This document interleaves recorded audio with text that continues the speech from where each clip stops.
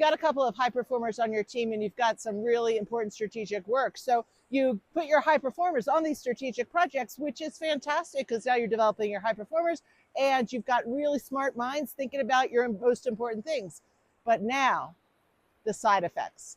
Your high performers saying, hey, I'm working harder than anybody else on this team and I'm exhausted. Can't you bring some other people in? So then you bring the other people in and you give the special project to them and they don't go as well. And then your high performers are saying, hey, you missed some stuff here. What do? Asking for a friend.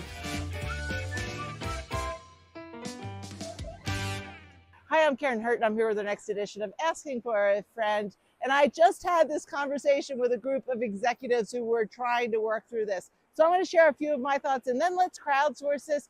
I'm going to send it back to them with your answers. So the first thing I would do is sit down with your high performers one-on-one and say, hey, I really care about you. I'm invested in your career. I want you to be successful. And I am so grateful for the additional work that you are putting in on our strategic initiatives. And I also don't want you to burn out. So what do you think we should do? This is the problem that I'm looking to solve. So that's thing one. The next is if you are bringing some other people into these projects, that's great because you don't just want to continue to develop your high performers, you want to lift everybody up. Is there a way you can create some checkpoints along the way so that your high performers can come in at milestones and offer their insights? So you're developing your other people, but you're also getting that strategic thinking of your really high performers.